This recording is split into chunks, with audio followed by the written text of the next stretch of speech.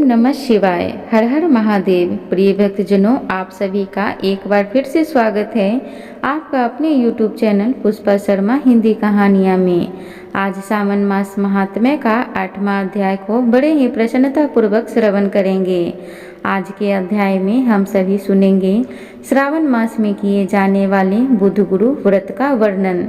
तो चलिए कथा को सुनना प्रारंभ करते हैं। ईश्वर बोले, हे सनंत कुमार, अब मैं समस्त पापों का नाश करने वाले बुध गुरु व्रत का वर्णन करूंगा, जिसे श्रद्धा पूर्वक करके मनुष्य परम सिद्धि प्राप्त करता है। ब्रह्मा जी ने चंद्रमा को ब्राह्मणों के राजा के रूप में अभिषिक्त किया। किसी समय उसने रूप तथा यौवन से संपन्न तारा नामक गुरु पत्नी को देखा। उसी रूप संपदा से मोहित होकर वह काम से भसीभूत हो गया और उसे उसने अपने घर में रख लिया। इस प्रकार बहुत दिन बीतने पर उसे बुध नामक एक पुत्र हुआ, जो बुद्धिमान, सौंदर्यशाली तथा सभी शुभ लक्षणों से युक्त था। गुरु बृहस्पति को ज्ञात हुआ कि तारा चंद्रमा के घर में स्थित है। तब उन्होंने चंद्रमा से कहा कि मेरी पत्नी को वापस कर दो।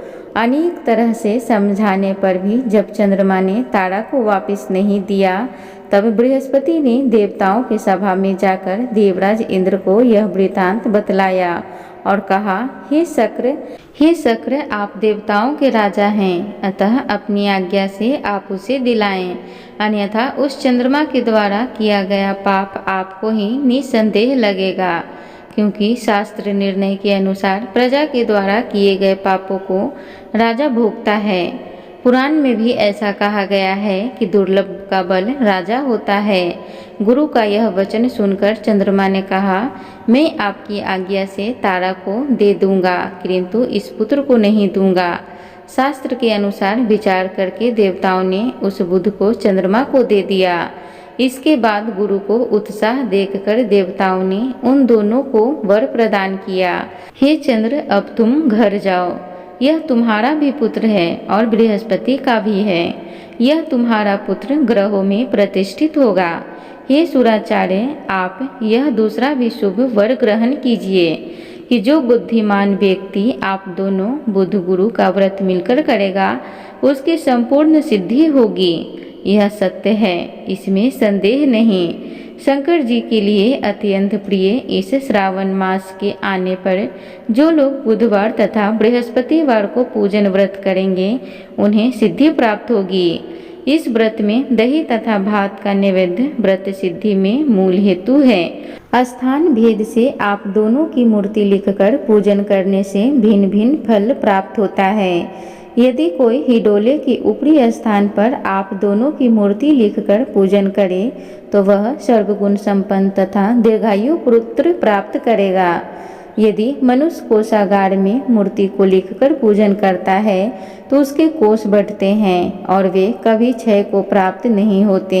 इसी प्रकार पाकलय में पूजन करने से पाक वृद्धि और देवालय में पूजन करने से उनकी कृपा प्राप्त होती है। सायागार में लिखकर पूजन करने से स्त्री का वियोग कभी नहीं होता है। धन्यगार में लिखकर पूजन करने से धान्य की वृद्धि होती है। इसी प्रकार मनुष्य उन फलों को प्राप्त करता है। इस प्रकार 7 वर्ष तक करने के बाद उद्यापन करना चाहिए। उद्यापन से पहले दिन अधिवासन करके रात्रि में जागरण करना चाहिए। सुवर्ण की प्रतिमा बनाकर विधि पूर्वक 16 उपचारों से पूजन करने के पश्चात तिल, घृत, चारु और आपा मार्ग तथा अवस्थ से युक्त समिधाओं से होम करना चाहिए। अंत में पूर्णाहुति देनी चाहिए। उसके बाद मामा व भांजे को प्रयत्न पूर्वक भोजन कराना चाहिए। इसके बाद ब्राह्मणों को तथा अन्य लोगों को भी भोजन कराना चाहिए। स्वयं भी भोजन करना चाहिए। इस विधि से 7 वर्ष तक करने पर मनुष्य सभी मनोरथों को प्राप्त कर लेता है। जो इसे विद्या की कामना से करता है, वह वेद व शास्त्र के अर्थों को जानने वाला हो जाता है। बुध बुद्धि प्रदान करते हैं और गुरु बृहस्पति गुरुरता प्रदान करते हैं। सनत कुमार बोले, हे भगवान, आपने जो यह कहा है कि इस अवसर पर मामा तथा भांजे को भोजन कराना चाहिए, यदि बताने योग्य हो तो इसका कारण बताइए। ईश्वर बोले, हे सनत कुमार, पूर्व काल में अत्यंत दीन तथा दरिद्र कोई 2 ब्राह्मण थे। वे दोनों मामा भांजे थे। उदार पूर्ति हेतु परिश्रम पूर्वक भ्रमण करते हुए वे दोनों किसी नगर में अन्न मांगने के लिए गए थे। उन्होंने घर घर में श्रावण मास में प्रत्येक बार को उस बार का व्रत होते हुए देखा, किंतु कभी भी बुध गुरु का व्रत नहीं देखा। तब उन्होंने बहुत देर तक परस्पर विचार किया कि सभी वारों का व्रत तो संपन्न दिखाई पड़ रहा है, किंतु बुध गुरु का कहीं नहीं। अतः चूंकि यह व्रत अनुचित है, इसलिए हम दोनों को चाहिए कि इस शुभ का व्रत अनुष्ठान आदर पूर्वक करें।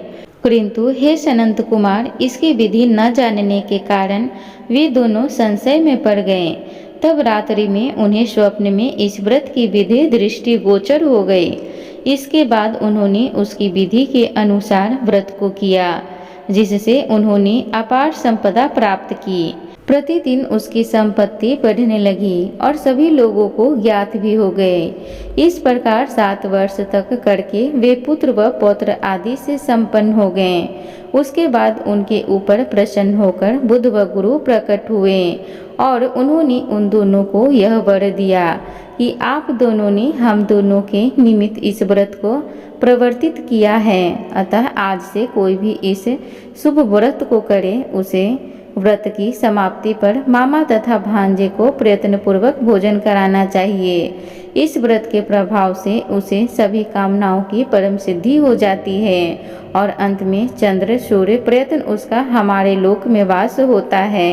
तो प्रिय श्रोतागणों, इस प्रकार श्री स्कंद पुराण के अंतर्गत ईश्वर सनत कुमार संवाद में श्रावण मास महात्म्य में बुध गुरु व्रत कथन नामक 8वां अध्याय पूर्ण हुआ। उम्मीद करूंगी आज की कथा आप सभी को अच्छी लगी हो, तो कृपया चैनल को लाइक शेयर सब्सक्राइब जरूर करें। कमेंट बॉक्स में हर हर महादेव लिखना ना भूलें। धन्यवाद।